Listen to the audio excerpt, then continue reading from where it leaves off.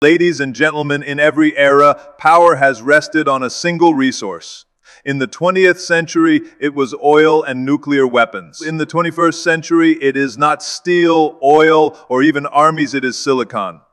The tiniest chips, no bigger than a fingernail, now decide the fate of nations. And at the center of this new struggle stands one small island, Taiwan. Chips are the new nuclear power. Semiconductors have become as critical to modern security and influence as nuclear weapons once were.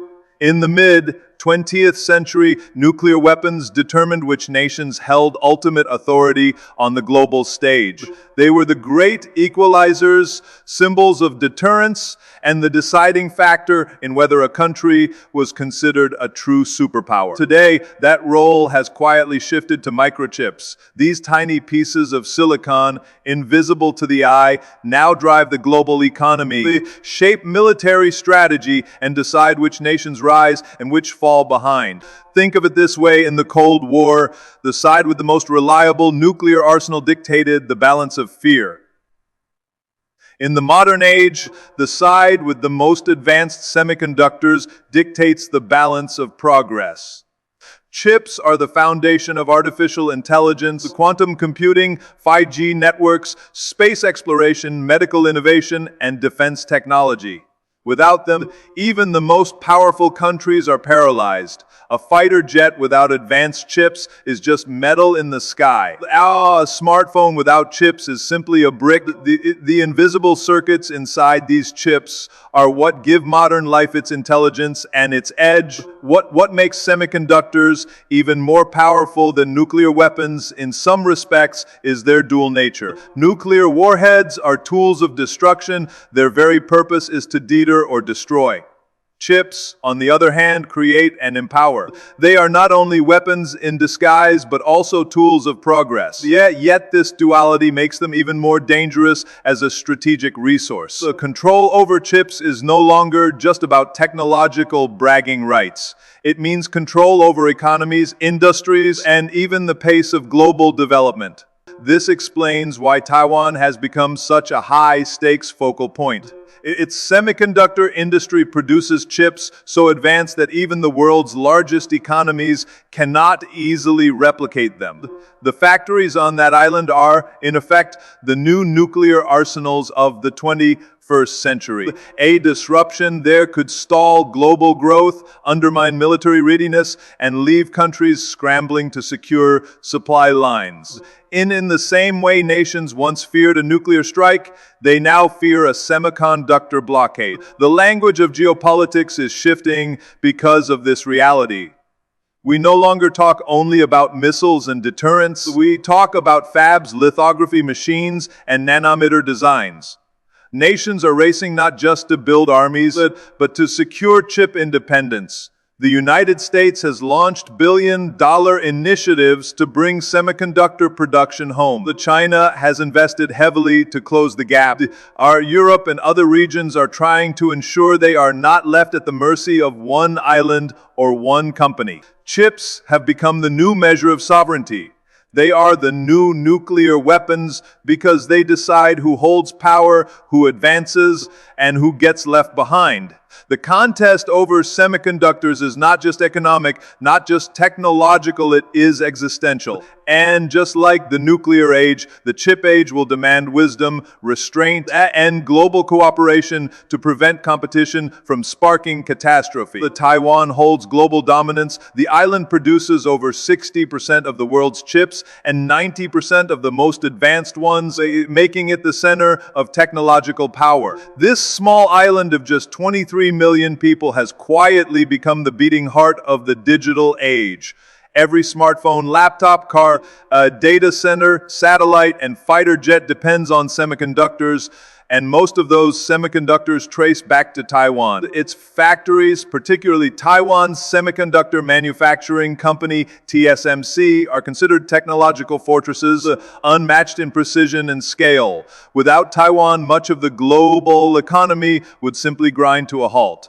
What makes Taiwan's position extraordinary is the sheer level of specialization it has achieved. Over decades, the island invested heavily in research, infrastructure, and skilled engineers, allowing it to leap ahead of competitors. Reproducing chips is not just about machinery, it is about mastery of nanoscale technology, where mistakes invisible to the eye can ruin production. But Taiwan has perfected this craft to the point where even technological giants like the United States and China depend on it.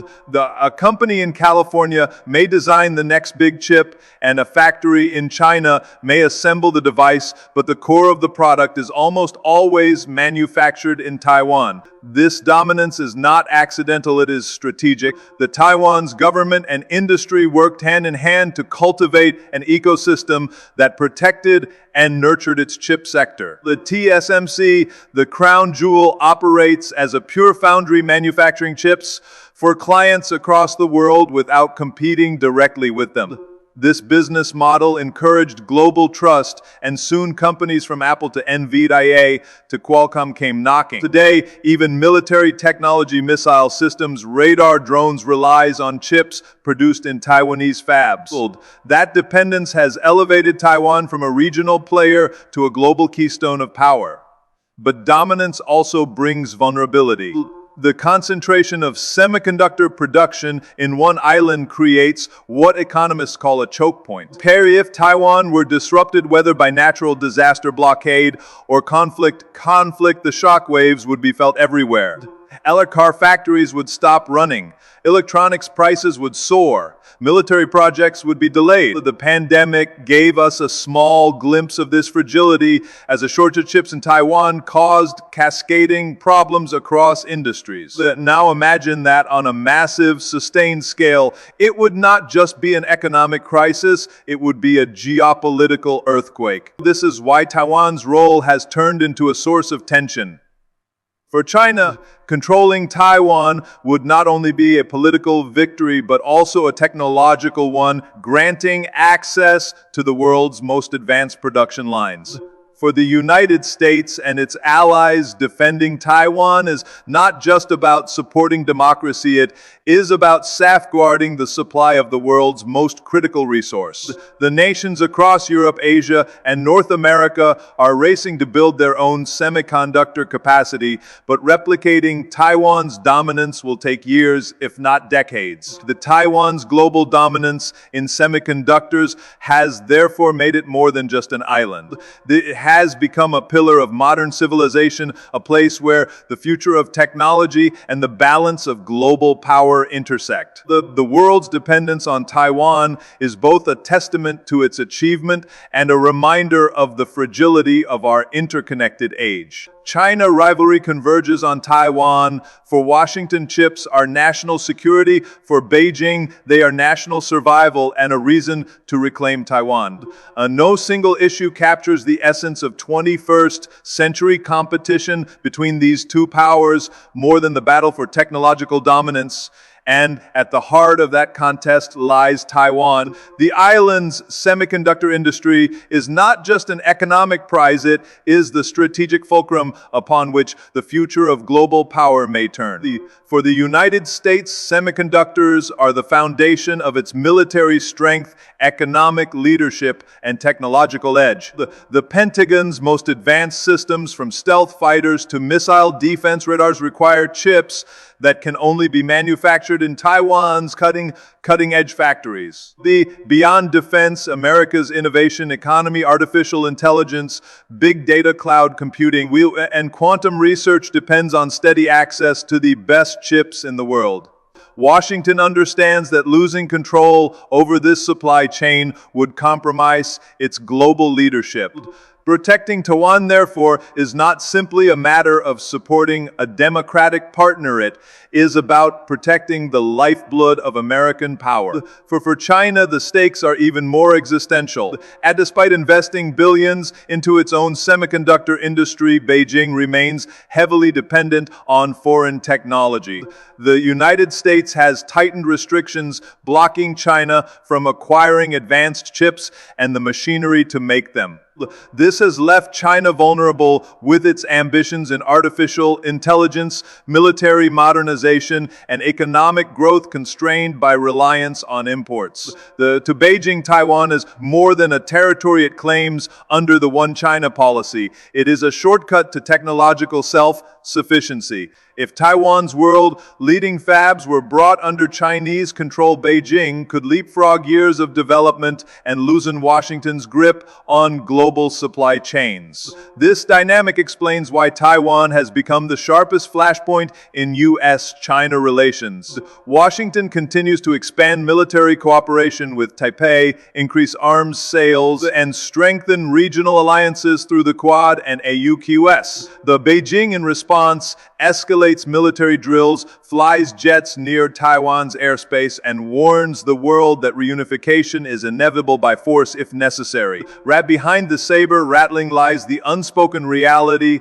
Both powers know that whoever secures dominance in semiconductors will hold the upper hand in the geopolitical contest of this century. The rivalry converging on Taiwan is not just about territory or ideology, it is about control over the building blocks of modern civilization. To lose access to advanced chips is to lose influence in everything from economic growth to military deterrence. That is why the U.S. frames Taiwan's security as essential to its own, and why China frames Taiwan's unification as essential to its survival. Both cannot be right, yet both refuse to back down. This makes Taiwan not only the center of technological power, but also the most dangerous potential trigger for conflict between two nuclear-armed superpowers. The competition over chips has raised the stakes of the Taiwan question to unprecedented levels, and the world watches with unease, knowing that this rivalry could either reshape the future peacefully or ignite a global crisis. A fragile supply chain means global risk. Disruption in Taiwan's chip industry can cripple industries worldwide, from cars to defense systems. The world learned this truth in real time during the COVID-19 pandemic, when a shortage of semiconductors stalled entire industries. Automakers in Europe and North America shut down production lines, tech companies delayed product launches, and prices of electronics soared. That crisis revealed what many policymakers had underestimated: the global economy is built on a supply chain that runs straight through Taiwan, and it is far more delicate than most imagined. The semiconductor industry is not like producing steel or textiles, where factories can be set up in many places. Manufacturing chips requires extreme precision, massive investment, and highly specialized expertise. Building a state-of-the-art fabrication plant takes years and tens of billions of dollars. Even then, replicating Taiwan's level of efficiency and innovation is nearly impossible in the short term. This concentration of capability means that a single point of failure, an earthquake, a cyber attack, or a geopolitical conflict could have consequences for the entire planet. The ripple effects of a disruption would be immediate and severe. The cars today use thousands of chips to power sensors, navigation, and electric drivetrains.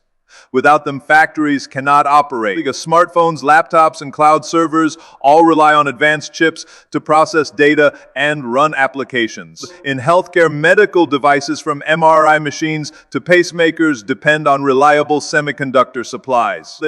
And perhaps most critically, defense systems, from communication satellites to missile guidance, are inseparable from chip technology. In short, a break in the chain does not just delay consumer gadgets, it shakes the foundations of economies and national security. This vulnerability has not gone unnoticed. The governments around the world are now scrambling to secure their own semiconductor industries. The United States launched the CHIPS Act to bring manufacturing back to American soil. Europe has announced its own initiatives to reduce reliance on imports.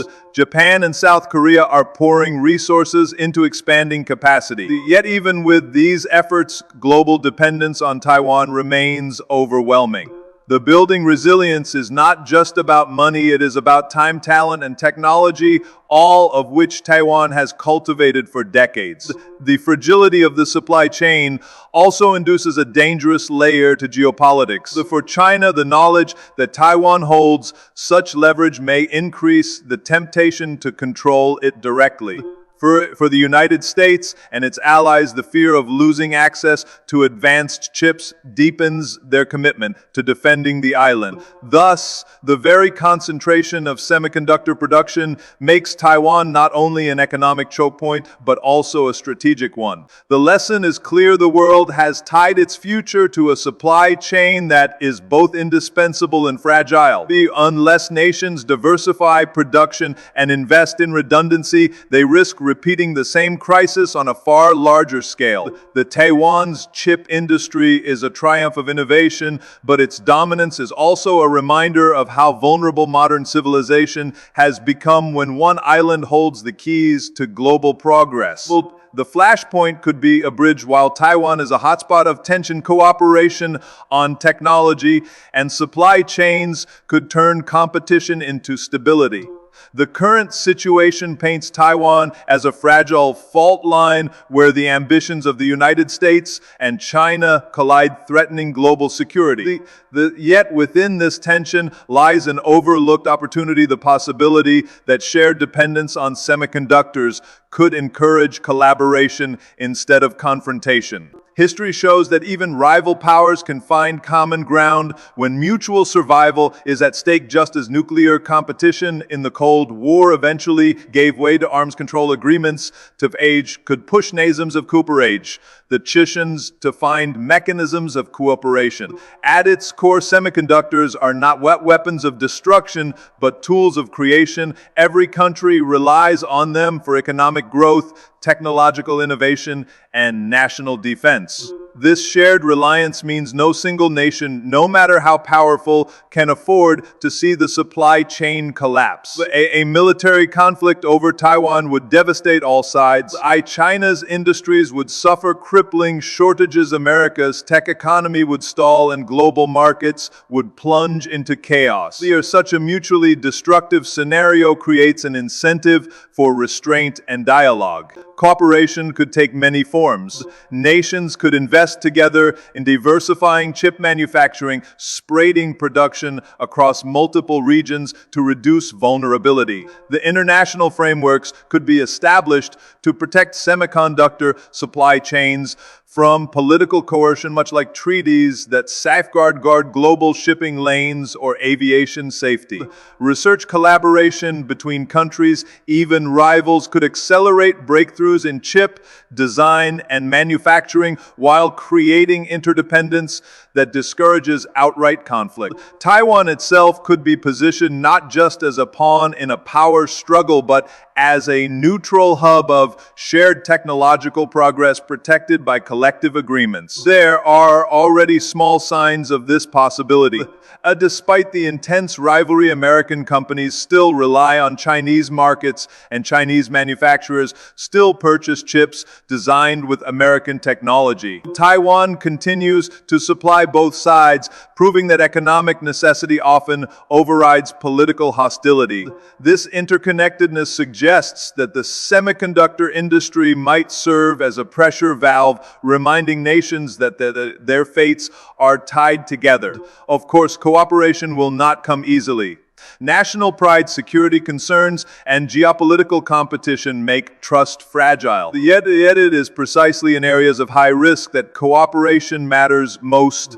Just as international agreements on climate change or pandemics require nations to put aside rivalries for the greater good, the global chip supply chain could become another arena where practical necessity forces collaboration. In this sense, Taiwan's role as a flashpoint can be reimagined. And instead of being the spark that ignites conflict, it can be the reason the world learns to cooperate in the digital age. The same chips that divide nations could also unite them, reminding us that in a deeply interconnected world, survival and progress depend not on domination but on shared responsibility. The Taiwan does not have to be the world's greatest risk, it could become its greatest bridge. The Taiwan may look like a flashpoint that could drag the world into conflict, but it also carries the potential to become a bridge. The very chips that fuel rivalry could inspire cooperation, reminding us that in today's interconnected world, no nation stands alone. The challenge before us is clear. Will we allow technology to divide us into enemies, or will we use it to build a future of shared security and progress? The choice, like the chip itself, is small in size but enormous in consequence.